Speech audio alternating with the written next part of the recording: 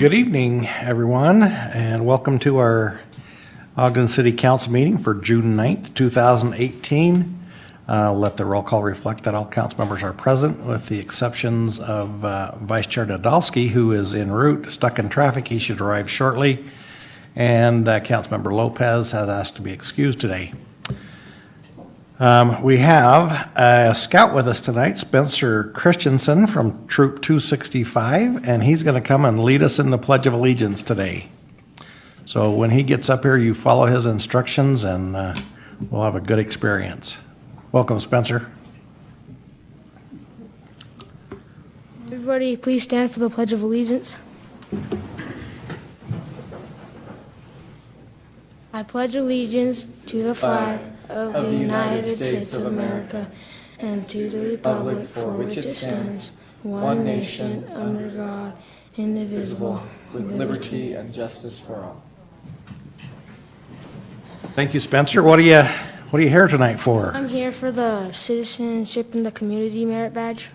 Great. Do you want to introduce those who came with you? Yeah, my little brother's Ethan Christensen, and my mom is Angie Christensen. Great. Thanks for bringing these young ones. Appreciate you being here. Thanks, Spencer. Now, if you would all please join us for a moment of silence.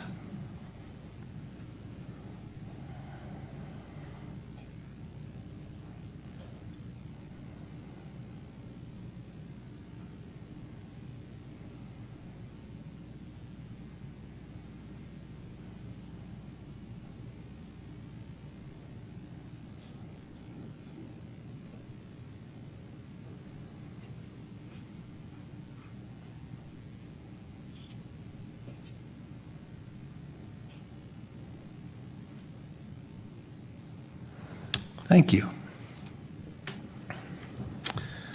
All right, the next item on our agenda today is a recognition for Christian Pratt. We've asked Councilmember Choburka if she would make that presentation for us today. Chair, is there any way we could rearrange the agenda just a little bit? I've got a notice that he's on his way. On his way? Here, Absolutely. yeah. I think I will look for a motion then to move that towards the end of the meeting. I'd like to make a motion that we move that down, at least maybe past number 5, past the common consent. We'll see if he arrives. Or should we move it farther? What that is, do you know how long he thinks he might be? I don't have that information. We can go there and see how it goes. Okay. So, thank you so much. I really appreciate it. Okay, we have a motion. Do we get a second? Second. Okay, we have a motion and a second to move the recognition down below item 5. Sure, I would like to say that we probably should do. You know, common consent is going to take, I would suggest too that we move it down below 6, just because common consent is going to take about 30 seconds. If we're lucky. You okay with that? Can you amend your motion? Yeah, I think that's good. I apologize. I'm doing 2 things at once. That's which okay. is So not what I would recommend. So just for clarification, the motion is to move item 4 down below item number 6. And the I'm still second good is with okay that. with that? All in favor? Aye. Aye. Thank you. Okay, thank you. Okay, so next item then is our common consent portion of our agenda. Christmas Village Committee appointments and Ogden Trail Network Committee appointments are the things that are on that agenda. Do I have a motion? Chair Hire, I will try to do this as slow as I can, but I would make a motion that we adopt the 2 items listed under common consent. Okay, we have a motion by Councilmember Blair, seconded by Councilmember Stevens to approve the common consent agenda. This is a voice vote. All in favor? Aye. Are there any opposed? Okay. Is this them? Are there any members here tonight? The committee members? Yeah, are there committee members that have been reappointed tonight? Christmas Village or Trails Network? Doesn't look like it. Okay, our recognition arrived, so I will look for another motion. A motion to move it back up. Okay, so I'd moving like it to make a from, motion that we move the recognition back to this point in the agenda. okay, Second. Okay, we have a motion to move the recognition now after common consent, after number 5. This is a voice vote. All in favor? Aye. Any opposed? Okay. Councilmember Joe Burka. Well, I'm really honored to be reading this recognition. This is the Ogden City Council and Mayor proudly recognizing Christian Pratt for providing invaluable contributions to the Ogden community. A Ben Lomond High School graduate, Christian was selected as the 2017 Youth of the Year by the Boys and Girls Club of Weber Davis for his achievements as a student and as a citizen. In his senior year, Christian ranked 3rd in his class of 435 students, was a Sterling Scholar in computer technology, took 4 advanced placement classes and 6 concurrent enrollment classes. Wow. And was named Ogden School District's Outstanding Student of 2018. At the Boys and Girls Club, Christian will be remembered for his positive attitude and efforts to help others feel comfortable and welcome. We appreciate his remarkable efforts, congratulate him for his well-deserved recognition, and wish him our best in all of his future endeavors. This is presented on this day, the 19th day of June, 2018, by Richard A. Heyer, Council Chair, and Michael P. Caldwell, the Mayor.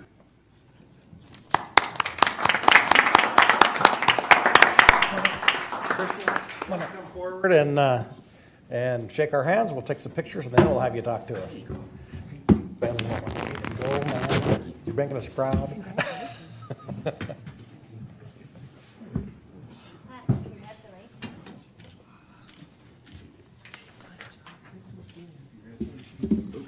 You're okay.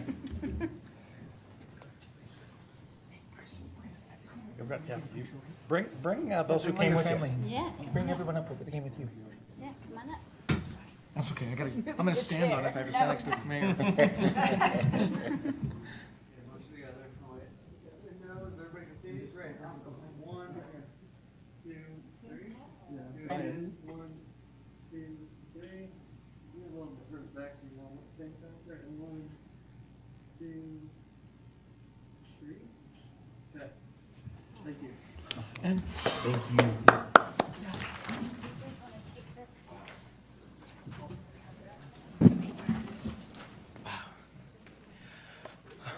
Thank you so much for this award.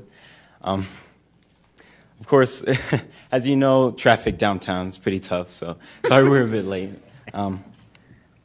For many years, I believe it's 7 or a little bit over,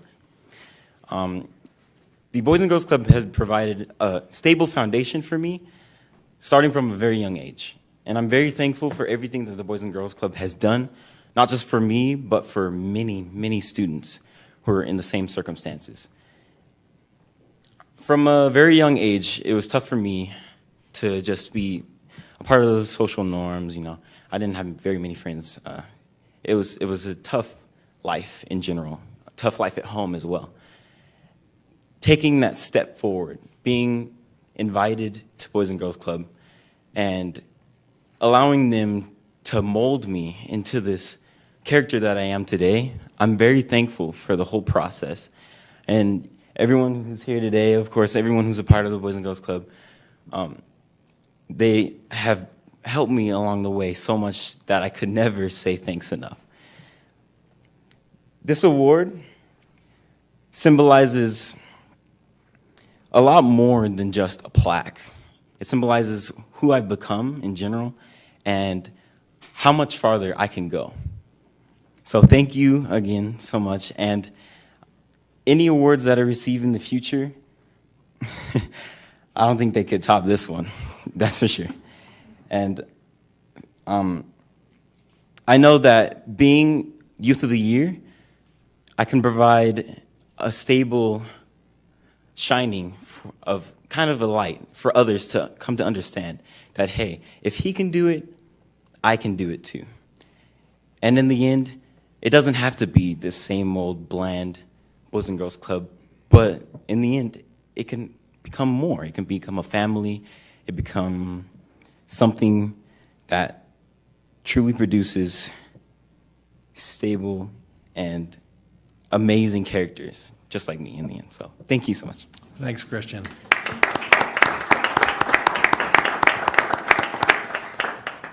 I'd like to underscore that he's from Ben Lomond High School.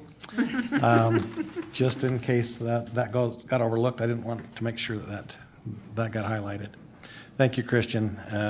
We are very happy that you are turning into the fine young man you are, and I think the sky's the limit for you. So keep working towards all those good things. Thank you. Councilmember Stevens. Yes, I'd like to echo that too, Mr. Chair. You know, this is just the starting line for you, Christian, and when he is a graduate of Ben Lomond, well, he's got a leg up on everyone then. So we appreciate that. So. All right, that's a good spot on his resume, isn't it? It is. It's very good. You can't tell the graduates. Can't tell where we're from, can you? All right, well, thank you. Next item on our agenda is public hearings. The first is for salary schedules, and we have Ms. Janine Eller-Smith going to present for us today. Welcome, Janine.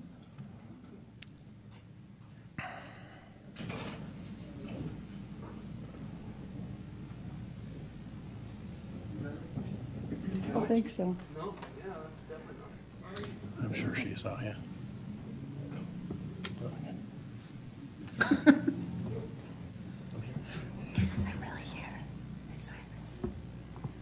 Hey, thank you for this opportunity to talk a little bit about the salary schedules tonight. Salary schedules are adopted both separately from the budget and then again with the budget. And these salary schedules basically set the pay ranges for all city employees. But I just wanted to give you a little background. I came across this while I was doing some budget preparation. And it says, it's well known throughout the area that Ogden City has outstanding and dedicated employees. We are committed to maintaining and further developing our competent and motivated workforce. One component of meeting these objectives is recognizing the importance of being competitive in our compensation and in our employee benefit package. The very low unemployment rate in our market area has made the attraction and retention of city employees very challenging. Furthermore, independent surveys have indicated a need in some areas for the city to enhance wages and or benefits in order to remain competitive in the market. Now, you might think that came from this year's budget, but it actually was in the FY 1998 budget that I was studying. And I thought that was really interesting to think that we still have sort of the same challenges that we had 20 years ago. When we had the directors, each of the directors, department directors, present to you on their individual department budgets, it was fairly consistent. One of their main challenges is recruiting and retaining good employees. Now, we've heard a lot about public safety and the issues with retaining good employees in public safety, but I think you might recall that we've had the same issue with the regular city employees. In fact, Sean Choate, the HR director, reported that we've had half of the city staff turnover in the last 5 years. And those of you who have ever managed people know a lot of time and training goes into employees, and when you're losing them, you're losing a lot of efficiency. And so it's good for the city to try its best to retain good employees. Yesterday, I had the opportunity to go to the Legislative Policy Committee meeting that the Utah League of Cities and Towns puts on usually a monthly, and they had an individual there report from Zions Bank on the state of the economy. And Utah's unemployment rate is at 3%. When I was in grad school, we learned that 4% was actually full employment. Full employment means everybody that wants a job and is able to have a job has a job at 4%, and we're a percent below that. So that tells you what kind of market we're in. So with that, I'll just get started with my presentation. I just wanted to quickly review the process for The salary schedules that we've reviewed, you accepted the budget for review May 1st. We had a work session on the compensation plan, set the public hearing on June 5th for tonight. The key changes that relating to personnel and that are related to the salary schedules, up to a 4% increase for regular employees, and that varies from department to department depending on how directors choose to reward their employees. Step increases for public safety, and we'll talk about that in a few minutes. 1% COLA for all employees. And then with health benefits, there's no increase to the health benefits for the HSA programs. The city picks up all of the cost for that for employees and also contributes to their savings accounts. And those of us who have regular traditional health benefit plans, there was a 4% increase that the employees will pick up. The proposed budget has 622 positions, full-time positions. That's an addition of net 9 positions. It's the first time in a long time that we've had significant increase in employees. And I would add that this does not include the 2 positions that are recommended in the Schedule A1 that are being considered for additional full-time positions. Last year, I presented this employees per thousand population. In 2016, the city was at 7.09, not counting the two additional that proposed. With this, will bring it up to 7.17. I should add that this isn't necessarily a really great way to compare ourselves against other cities, because we're not necessarily apples to apples. Every city runs different functions, but it's just interesting to look that even with that, we're still quite a ways below the norm. I thought that you should know, when the mayor presented his budget a month or so ago, he talked about the employees being an important asset, and I think that's certainly reflected, at least in the general fund. Total percent of the budget, 72%, is going to employee wages. And what that means is that really it goes to service levels, because without the employees, we can't turn around and do the work that needs to be done to build those roads or stop water leaks or enforce the laws or even respond to medical emergencies. So that you can see why it's such a significant portion of the budget. So the salary schedules, there are actually 4. Exhibit A sets out the salaries for non-merit and special employees. So that means elected officials, you and the mayor, and all the appointed positions.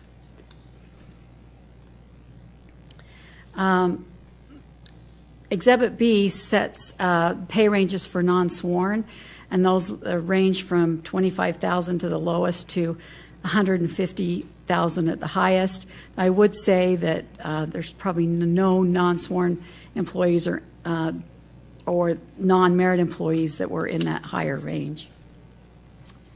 Exhibit C is the pays for police, and some of you may recall in January of 2016 is when we moved back to a step system for the police, and then it went in July of that same year for fire. This was one of those efforts that the city was making to retain and recruit employees and public safety officers. It was hard for people to come in and know what opportunities would be available to them down the road, what they could see in their future, and so this was important to the employee and to the public safety employee groups to have this. Exhibit D is for fire. They have actually a slightly different range system and other differentials, but again, it was agreed to by their employee groups, and it's what works the best for them. The proposed employee increases, that's the 4% merit and COLA and step increases, is 2.2 citywide, general fund, it's 1.7 million. And so the ordinance that you're considering tonight approves those salary schedules, it approves those pay increases, which are included, built into the salary schedules. And it also approves the health benefit changes. And as requested, I just wanted to again point out that that includes council health benefits, which have not been in any previous budgets, and that's a cost at about $70,000. So that's the salary schedules. I don't know if you have any questions for me. Any questions for Ms. Ellersmith? Sure. Hi, I have a quick Yes. question for her. The proposed employee increases does not include the loyalty program, correct? That's correct. The loyalty program was something that the police department and fire department are considering offering to their employees, and it's a way of giving them bonuses after certain periods of time, and increases the longer that they stay. But that is not included in the current budget. That's included in your Schedule A1, which will be voted on in the final budget on August 7th. Any other questions for Ms. Ellersmith? All right, thank you. This is a public hearing, and if you have input for the council regarding this item, now would be a time to come forward. Is there any takers? Okay, I'll look for a motion to close the public hearing. Motion to close the public hearing. You got it. Second, can you turn up the microphone just a little bit? It sounds like people can't hear very well. Okay, we have a motion by Vice Chair Nadolski and seconded by who? Somebody down that way? I'll second. Councilmember White. Pardon? I said we have a motion by Vice Chair Nadolski, seconded by Councilmember White, to close the public hearing. All in favor? Aye. Okay, council members, this is a time to have discussion or resolution on this item. I'm concerned that the person in the audience didn't realize that they could come and speak. Did you realize you could have come to speak? Oh, no, she can't hear very well. No.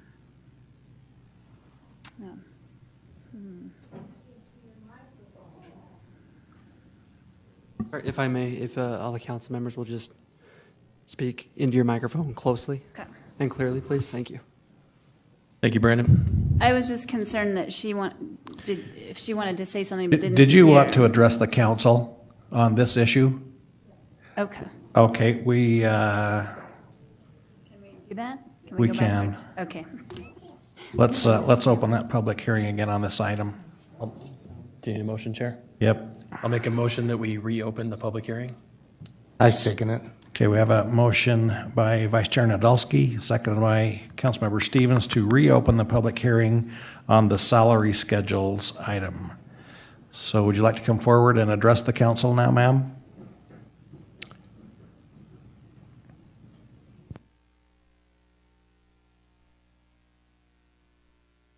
Please give us your name, please. My name is Annie Crawford, and I was here 2 years ago when you guys were talking about wage increases and taxes increases and everything else, but nothing got paid to the police department, or very little got to our police department, our fire department, our paramedics that wanted and needed a raise.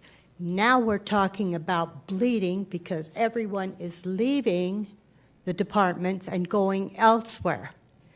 I think it's a shame that you guys get more wages. See, $75,000 for some of these jobs. I make $20,000 a year, and I'm supposed to be happy at $7.25 an hour? Come on. I went to get licensed to do my job. I don't think it's right that everyone else gets an increase and we don't. Why can't we have the increases that you guys have? We vote for you to do a job for us, not for yourselves. How many times a week do you meet, Mr. Ayer? Pardon me? How many times a month do you meet at your meetings? We meet weekly, and then leadership meets more often than that. And leadership meets more often. Okay, the extent of your business. I realize it's a hard job to keep a city of how many thousands of people busy? Roughly 95,000. 95,000. And so where does all of this come from other than the tax base from the community? We will address if you want to just continue to ask your questions, we will try and address them at the end When? when you're finished.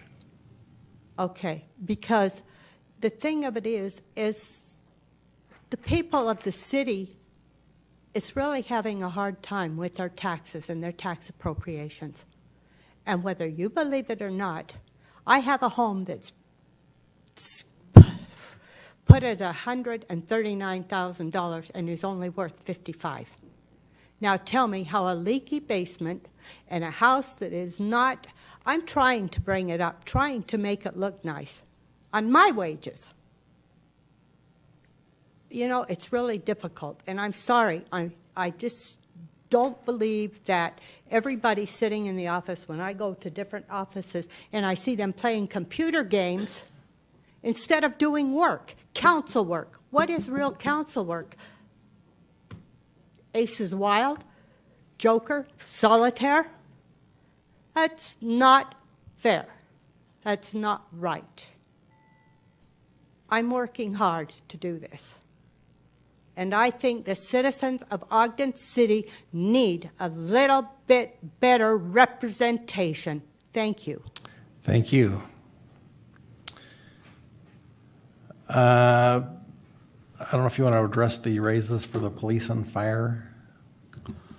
I can assure that all of those raises that were talked about and approved by all of us have gone to police and fire. They didn't go anywhere else. So I'm not sure where you got your information, and I apologize, but it sounds like it was misinformation. We can track every one of those dollars, and it did go to public safety increases. I think another point that Ms. Crawford raised was the taxes. This will be the third year in a row that we've considered keeping the tax rate level, which has required a truth in taxation hearing. None of those 3 years have actually raised the level of taxation in the city. It's just designed to keep it level with inflation is all we've done. Is that a pretty accurate statement? That's accurate, absolutely. Okay. Is there anyone else that wishes to address the council on this issue? Okay, I will look for that motion that we had earlier again. Motion to close the public hearing. Second. We have a motion by Vice Chair Nadolski, seconded by Councilmember Blair to close the public hearing. All in favor? Aye. Any opposed? Okay, council members, what's the resolution here? Chair Heyer, I will go ahead and make a motion that we adopt proposed ordinance 2018-10. Second.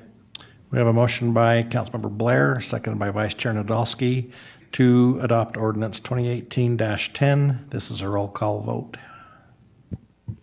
Councilmember Blair. Aye. Councilmember Chaburka. Aye. Councilmember Stevens. Aye. Councilmember White. Aye. Vice Chair Nadolski. Aye. Chair Heyer. Aye. That passes unanimously. The next item on our public hearing agenda is enterprise fund transfers. Lisa Stout will be Lisa presenting will that. be presenting. Welcome, Ms. Stout. Thank you. It's a pleasure to be here. I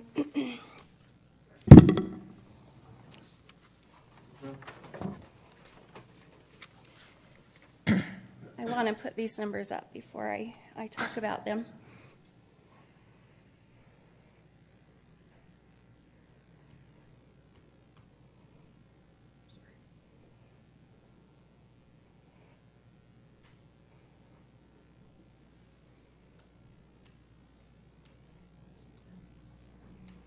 No, you're good.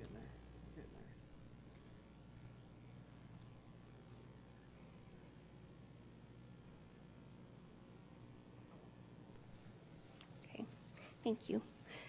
The purpose of the public hearing for the transfers is to talk about the transfers being proposed in the tentative or in the budget, the fiscal year 19 budget, out of the enterprise funds to the city general fund and also to the CIP fund for capital improvement projects, public art.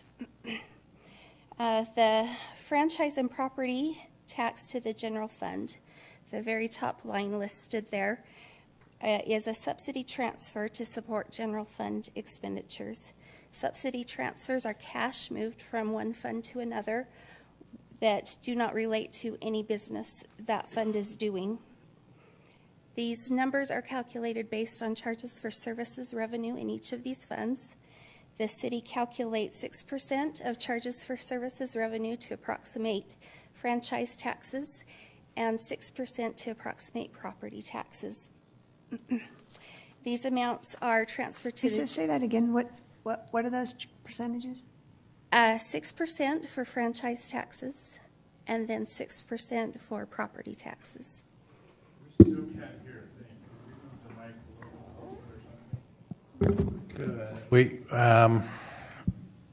closer or something? Might I suggest you move forward a little bit? You might hear a little better if you move up a little bit.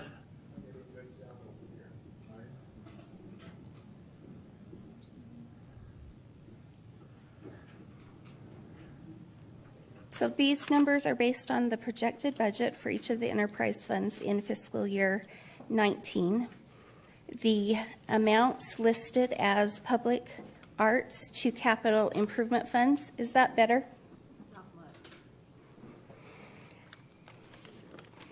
Our flat amounts, these are transferred based on ordinance that was approved in 2016.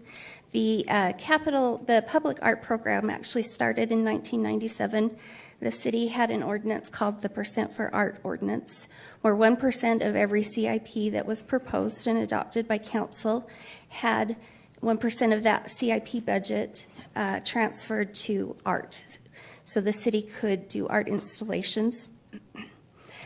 In 2016, that ordinance was revised to include flat amounts for water, sanitary sewer, and storm sewer. No transfer for public art is made out of the refuse fund. The history in the refuse fund was that the capital improvements were not there. So those are flat amounts based on ordinance. $40,000 from the water fund, $15,000 from the sanitary, and $10,000 from the storm sewer fund. Those are moved to a CIP fund in one of the city's funds. And when the art committee goes through the review process, they bring recommendations to the city council for those projects. I wanted to remind council of some of the projects that have been done with those funds.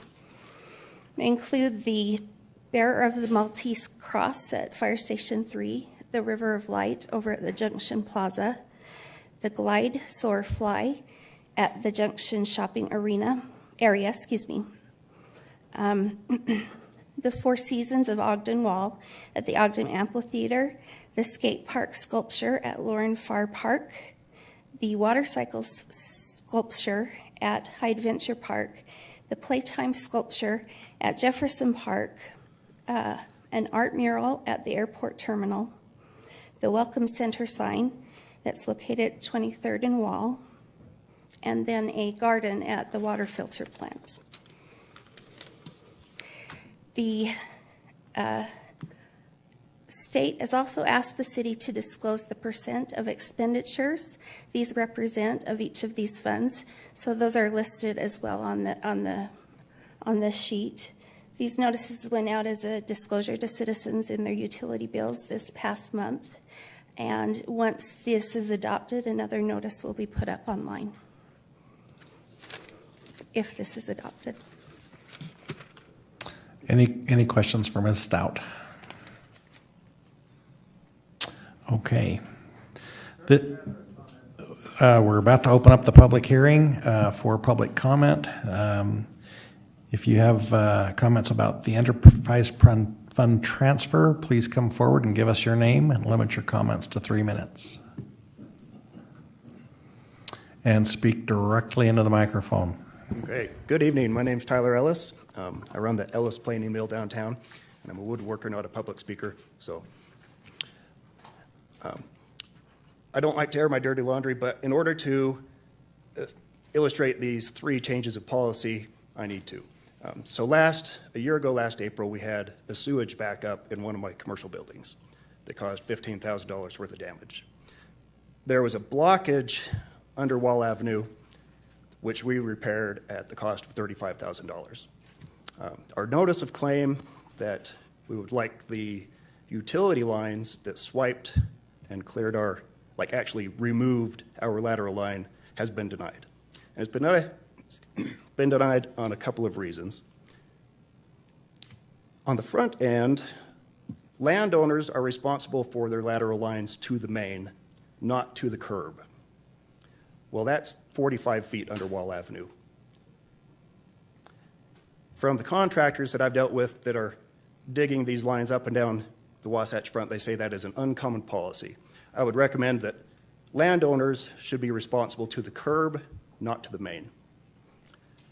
On the back end of this, our notice of claim being denied, we have photographs where one water main bored right through our line, and then there's a section about 8 feet that has clearly been trenched away.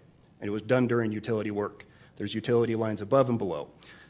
But the searches to find who did that work have not found the permits. And because the permits can't be found, they can't determine when the work was done. And a 9-year statute of repose comes into effect that the claim is just automatically denied. But we can't even find the policy or the permit. So we are automatically denied because we can't find the permitted work when it's clear which line went right through ours. The third recommendation, when we were doing this work and we were looking up the mapping of the utilities, the sewer line mapping was grossly off. I mean, our sewer line was probably 50 or 60 feet to the south on the map of where it is. With modern mapping and the ability to scope 500 to 600 feet with a camera, and they have a locator, the city sewer lines could be mapped accurately. So our notice of claim is something else. We feel that that should have been filled, but changing this policy and accurately mapping the city's sewer lines could have come out of this $1.4 million, and I think would be a benefit to the city, and future notices of claim that are $50,000 is kind of a large burden on my company. So. Thanks, Tyler. Anyone else?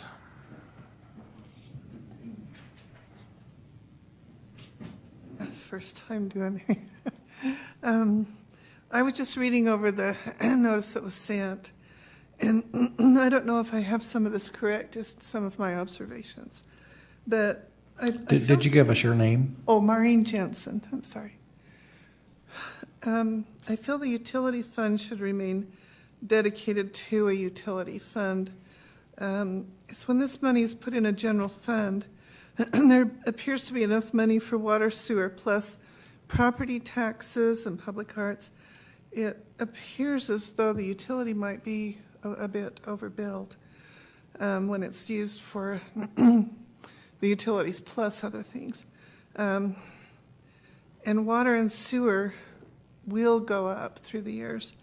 And the money called utility fund has been renamed, so the utility fund looks empty if somebody comes and says, well, use the utility fund. Well, there's nothing there because it's been renamed. I think conservation is right and good, but water users can be told that all the money in the fund is spent maybe because citizens don't conserve, and it might be the user's fault that all the money was used until it ran out, and it will be true that all that money is spent. There are public service ads that warn about the overuse of water, and we are implored not to waste, which I agree with.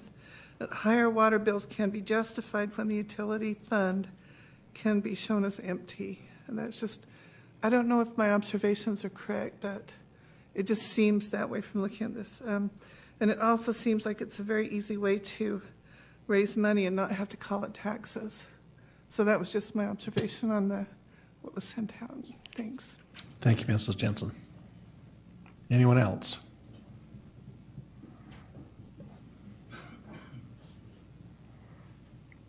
Welcome. Hi. Oh, sorry. My name is Dylan Curl, and I live at 657 Ogden Canyon. And in 2014, give or take, the water department came before the council and asked for a huge increase in the water bill for infrastructure. There's no doubt that the infrastructure in Ogden City is in poor condition. And the council agreed to an increase that, according to my records, amounted to about 4.7%, which is higher than normal because the subsequent year it was 1.25 and the year after that was 2%. So they asked for that in order to repair the infrastructure, claiming that previous administrations had failed to keep up with those things. We had to have this big increase. So my questions are, what has been repaired? What is still left to be repaired? And why are we diverting funds from the water department when there's still work that needs to be done? I'm a huge supporter of the arts. We go to multiple things here in the city and around the state. When I go to an art event and I pay for that out of my budget for entertainment. I don't pay for it out of my grocery money. If you guys want money for the arts, just go to the citizens and ask for money for the arts. Don't divert money from the utilities or other things when they've given you, reason to raise that. That money should go to repairs. If the repairs are done, lower the bill, go to the citizens and ask for art money. Don't transfer it from water to the arts. Thank you. Thank you. Anyone else?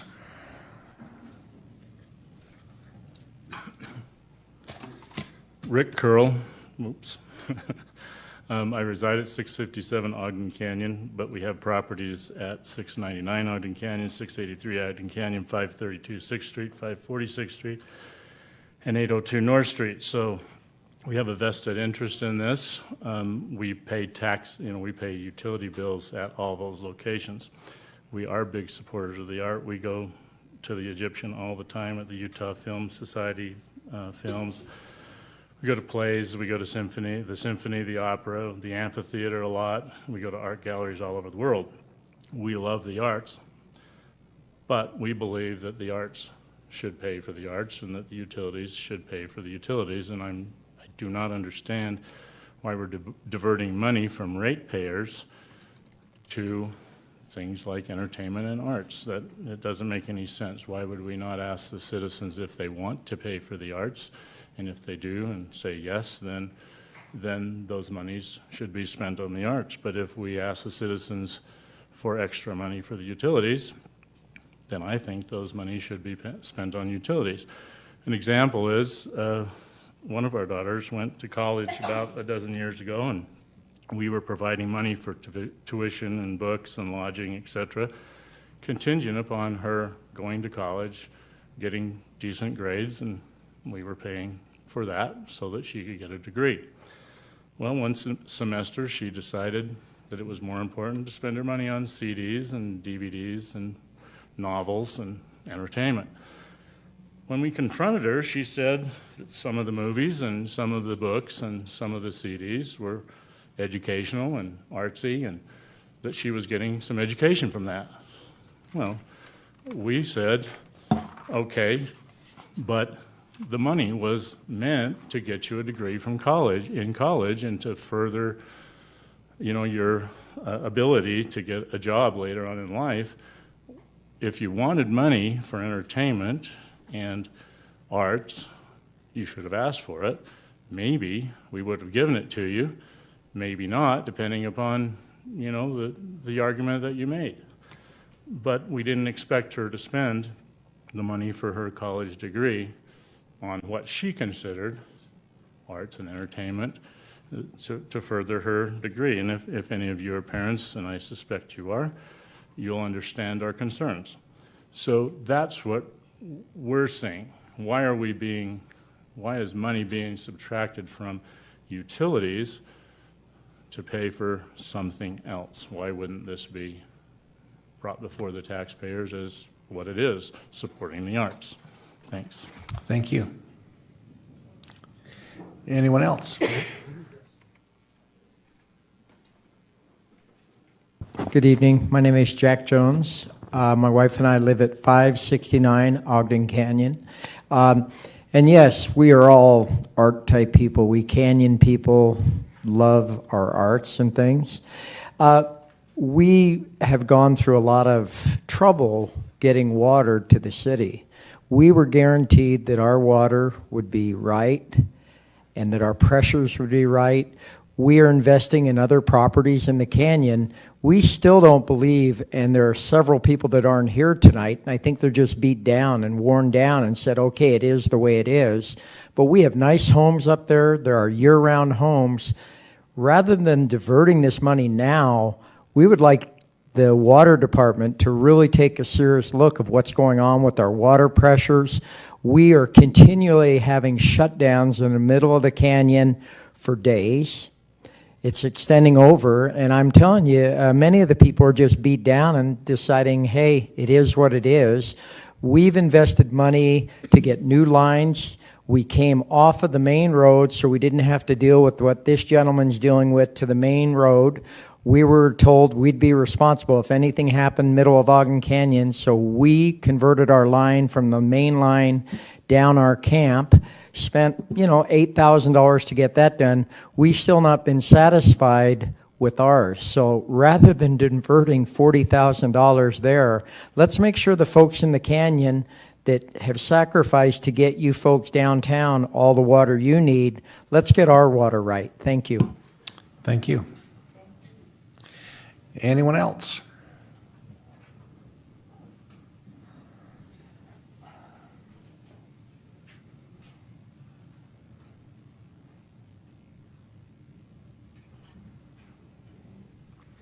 Welcome. Thank you. Good afternoon, or good evening, Chair and Council. John H. Thompson, 1506 24th. If you remember, I was here last time this issue came up, so to set up front, I support this transfer. That's in large part due to Ben and taking 2 hours out of his busy schedule from 3 full-time jobs to include this one at 24/7 as a part-time job. Some of you might remember that Mark, the last time, tried to explain this to me. When I ask a question, it doesn't mean necessarily that I am critical or think you're wrong. I just really appreciate my American right to question my government.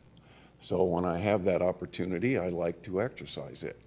But Ben, during those 2 hours, used small words and short sentences, which was a great benefit to my understanding of this issue. And maybe not in detail, but I might even be able to answer some of those questions that were asked. So I appreciate that very much, and I support this transfer. I would also like to say that in asking questions, I don't mean to criticize. When I do that, I think you will know that it's a criticism. But more so, I want to thank you and acknowledge your efforts for the job that you do. That is a 24/7 job. I know that. And Ben was also very complimentary of all of you and your attention to detail and the other time besides the meetings you put in to understand issues as well as the input from the administration. And besides the other 600 Ogden City employees that work for this city, that's one of the reasons I like to stay here in Ogden. So I support that transfer, and I also thank you for your service and love and appreciation and professionalism of being here in Ogden. Thank you. Thanks, John. And Ogden High School.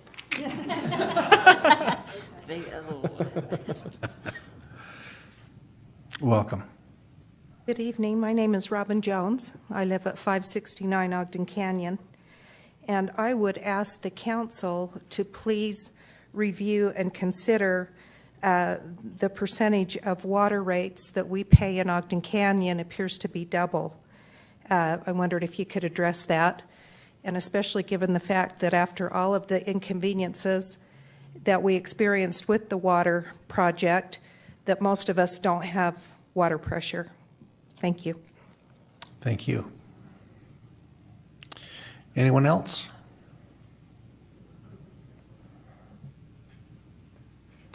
Okay. Motion to close the public hearing? Second. We have a motion by Councilmember White, second by Councilmember Blair to close the public hearing. All in favor? Aye. Any opposed? Okay, I've got quite a list. I trust you've been keeping it over there too, Mayor or Mark? I have. Okay, would you like to address some of these? We'll check them off as you hit them. Sure. I'd like to clarify a couple of different things. The enterprise fund transfer, what that is intended to do, I think it's been pitched that it's going to arts. That's not necessarily the case. In those enterprise funds, our human resources department, our accounting department, our auditing department, our legal department, and our information technology department all put a tremendous amount of time and energy into making sure that those enterprise funds stay whole. And that's a way to offset the expense out of the general fund to keep them going. So it's a common practice along a lot of cities. We've looked at that, measured that, and it really does help pay for those legal, IT, auditing, accounting, and human resources efforts and energy that comes out of the general fund to support that. A lot of questions have been asked about the pipeline and the water line through Ogden Canyon. I don't know if a lot of you are aware of this, but that was a 103-year-old pipeline, and we were losing 5 million gallons a day of treated water that went through our water plant because that pipeline was so old.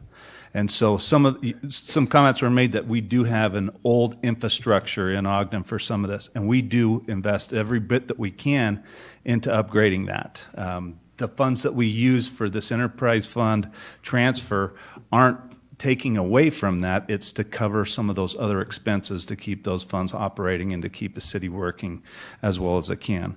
So we appreciate that, and this has been a big priority, and we certainly respect the inconvenience that we all felt as we put that 103-year-old pipeline, replaced that 103-year-old pipeline.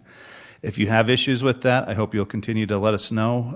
As has been talked about, there are some issues with from your house to the main line, and we'll certainly look into that. We'd like to make that as convenient and as easy as possible. There is a difference between people paying property tax to Weber County and Ogden citizens paying for their water through property taxes and everything else. That's a difficult thing to measure. If you're not living in Ogden City but taking advantage of Ogden City's water, it is a little bit more expensive because that's not offset by the property tax that you pay into Ogden City. Your property tax goes to Weber County, and we've encouraged Weber County to get involved with some of those water issues in the canyon because we recognize that is inconvenient. We've been sensitive to all of that. We can apologize and we'll continue to apologize for the delays and the disruptions of what happened in Ogden Canyon. That was a tough project. Tough on all of our workers, tough on you all that had to live through it. We appreciate and respect that. But there's a lot more that goes into this enterprise fund transfer than just an art issue or anything else. That 1% is for all capital improvement projects, not just out of the enterprise funds. It's all of the general fund projects, the roads projects. That 1% is a very small slice of what comes out of these utility funds or these enterprise funds. And so I want that to be really clear. We're not using that to just do arts programming. That's 1% of all capital improvement projects across the entire city. So out of these enterprise funds, that's a very, very small percentage that was agreed upon 21 years ago. I don't have the history for what was the impetus for that, We're lucky now that we have all chosen to invest in arts in Weber County through the ramp tax. That wasn't available those 21 years ago. This was the only tool I believe they saw at the time. So we've certainly listened to all your comments, and we'll look at it and review it. And that's part of the conversation we have during budget cycle every single year. So I appreciate you all coming down tonight. It can be an intimidating thing to get in front of the dais and express your opinions, and you could see that, but we certainly listen to everything that you guys have to say, and appreciate you being here. Mayor Caldwell, there was one other comment from Mr. Ellis about the sewer lateral and property line, maintenance to the property line versus to the sewer trunk line. Correct, and I made a note, and I don't know enough about it to say, here's where we're at, but I can certainly look into that, and we'll have our people investigate that and try to reach out and get back to you with that. That's something I don't know when you talk about the sewer district and some others. I just need to make sure I understand where our responsibility is for that, and we'll certainly look into that, and somebody will reach out and get back to you. And you did sign up on the sign-up sheet in the back so we can get your information? Okay, that's great. Thanks. Tell your dad hello. Okay, there is no action required on this item, but we did want to have it be a public hearing so that we could get your input on this. This is something that is a matter of ordinance and doesn't require our action each year, but we did want to have a discussion about it and give you opportunity to weigh in on this. Chair Heyer? Yes, ma'am. If I could just add, actually, the action comes with your adoption of the final budget. Right. That's right. It is part of the final, but there isn't anything to act upon today. Okay. Mr. Chair, maybe we ought to just review what an enterprise fund is. It's different than the other elements. I'm not sure. I'm the one that's, I could probably give an answer, but I think there are better qualified people than myself here to talk about enterprise funds. Do you want to try that, Ms. Eller-Smith? You want to? I think, Lisa, could you explain that? Thank you. You want to arm wrestle for it? Okay, all right. Okay, great. State law actually requires that when we have a utility fund like a water or a sewer or a refuse, that we maintain it in a separate set of books. So it's a self-balancing set of accounts run like its own business. Can you pull the microphone a little bit down? Yes. Thank you. The idea is that the fund will pay for itself, that subsidies from the city will not have to be made to help maintain that fund, including the infrastructure and replacement of assets. Is that sufficient? Yeah, I think so. Anybody else want to add anything to that? I heard that Ben's really good at explaining things. Good. It helps when you're only capable of small words and short sentences. Okay, well, all right. Well, thank you all for coming and giving us your input on that. We do have one more public hearing, though, and it's concerning the capital improvement plan. Before we move on. Yes. Sorry, go ahead. Councilmember White, I think council members had more comments to add to that. Oh, okay. Well, when will the next opportunity, if they would like to talk about the budget, be? Those public hearings are scheduled. Of course, I guess it depends. Janine, would you give the calendar for that? We'll have a public hearing next week, June 26th. We'll have another one July 10th, and then the final one will be August 7th. So August 7th is going to be the entire budget inclusive of everything. The other ones will be about certain items, though. Is that right? No, they'll be all on the entire final budget. Okay, great. So there will be other opportunities to weigh in on this for the citizens. Next week, July 10th and August 7th. 7th. Okay, good. My memory is good, but it's kind of short. So, I have a comment if anybody yes, else. please. Go ahead. So I did spend a couple hours with John, and John has been in this chamber for, I think, the past few years, at least the two that I've been here, with a lot of the same comments and questions you folks had. I do wish we had 2 hours to give to everybody, but John's the only one that asked me. He showed up at your house too, so He did. that He means actually go to his house. He actually did go to my doorstep and ask, and in that situation, it's hard to say no. But one thing that struck me in my conversation with John, and also strikes me in hearing your feedback, is that this is a really complicated issue, and it's not something that's easily communicated in a public notice. And John hit me with a lot of questions, and certainly he tested my knowledge of it, and apparently I passed. But I did hear some concerns tonight, and a lot of you preface your concerns with questions of, I hope I've got this right. And some of the things that you discussed tonight you do have right, and some of them I think are a matter of some confusion and complexity. And so I would just encourage you guys, if you do want to have a more in-depth conversation about the item, I'm confident that all 7 of us could run through the kinds of conversation and give the kinds of answers that John got, because we've all asked a lot of the same questions along our journey. I remember in my first year in this seat, having this proposal before me and having heard some feedback from folks like yourselves, I had similar concerns and similar questions. It wasn't until, and I'm afforded the opportunity with experts like Lisa and the administration, peers at this council and our own staff, I have questions and those answers are at my fingertips. So if you, and I see a lot of the same questions from you folks, I would encourage you to ask those questions to us. That's why we're here. That's why we're elected. We are here to serve you. And I am very confident, if pressed, all 7 of us could answer those questions. I'm not here to say that I think that all of your concerns would be assuaged, but perhaps some of them would be, much as the way that John's were. And I'm sorry I can't give 2 hours to everybody, but I sure wish I could, because that was honestly the kinds of conversations with stakeholders and constituents that I really do enjoy.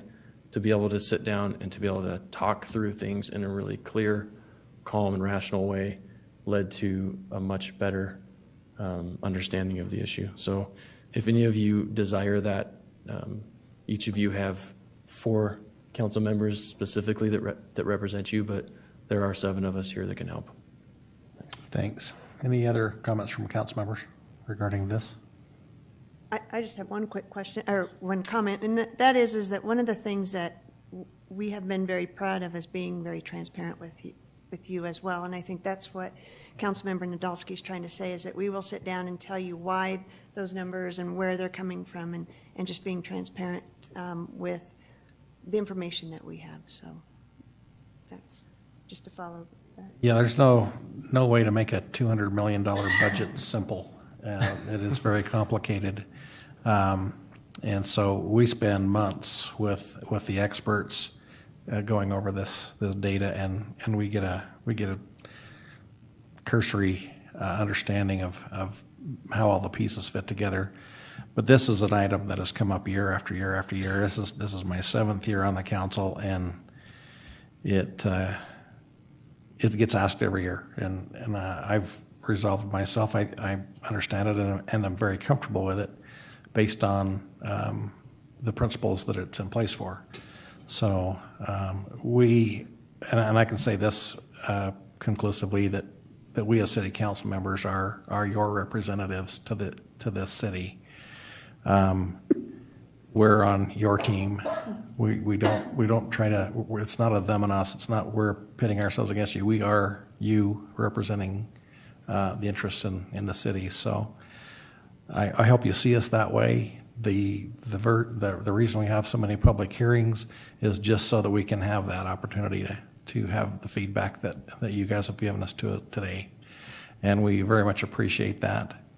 That's the only way we can do our job, is to represent you, is to know how you think. So thank you for coming, and you're welcome anytime we have public hearings on these items. So put those dates in your calendar, and we'll look forward to seeing you again.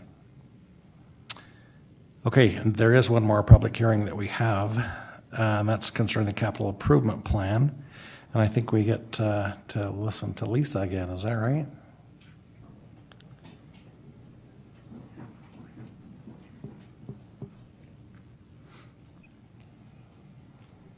Thank you very much. The public hearing before you at this time is for an amendment to the fiscal year 2019-2023 capital improvement plan. This is to include a $100,000 a year plan for the water and sanitary sewer funds to set aside money for infill and density infrastructure needs. I think about the transmission line out to West Ogden. That was a $2 million project. Maybe every 20 years we'll have a big project we need to do. We'd like to start setting aside funds. This is simply setting aside funds. There's no plan to spend them. It's a way for us to build a fund, and then once administration comes forward, it will be allocated to an engineering project through the engineering and the capital improvement process. The allocation will take council action, though. Correct. Any questions for Lisa? Thank you, Lisa. I think that addresses some of the concerns we heard earlier about there were many years that our water infrastructure went without having any money put away for it, and it kept getting older and older until we found ourselves in a crisis situation and had to do some bonding and therefore some raising of taxes in order to keep up, which is still where we find ourselves in some ways. But so it's wise that we do this. Thank you for bringing that up. Thanks for the administration for recommending that. So anyway, this is still a public hearing on this item. If anyone in the audience wishes to address the capital improvement plan, now would be the time. Any takers? Okay, I'll look for a motion. Seeing no movement this way, I will make a motion that we close the public hearing. Second. Okay, we have a motion by Councilmember Blair, seconded by Vice Chair Nadolski to close the public hearing. All in favor? Aye. Any opposed? Okay. We have a resolution. Chair. Sorry. With that, I will go ahead and make a motion that we adopt proposed ordinance 2018-11. Second. I have a motion by Councilmember Blair, seconded by Vice Chair Nadolski to adopt ordinance 2018-11. This is a roll call vote. Councilmember Chaburka? Aye. Councilmember Stevens? Aye. Councilmember White? Aye. Councilmember Blair? Aye. Vice Chair Nadolski? Aye. Chair Heyer? Aye. That passes unanimously also. Thank you so much for that. Next item on our agenda is public comments, and this is an opportunity to address the council regarding any of your concerns or ideas. Now would be the time to come forward. Seeing no movement, we'll move on to comments from the mayor. Nothing to add at this time, thank you. Council member comments. Chair Heyer, I just have one quick comment. I'd like to publicly acknowledge my sisters sitting in the audience. Many of you know I grew up in a very political family, and so they were part of all of those nighttime conversations and continue those conversations today. So they came to visit, and I appreciate them sitting through a lively council meeting. So, Well, welcome, and thank you for coming. We have a lot of respect for your sister. Thanks for loaning her to us. Any other comments? Okay, I'll look for a motion to adjourn. Motion to adjourn. Second. Didn't think anybody wanted to leave.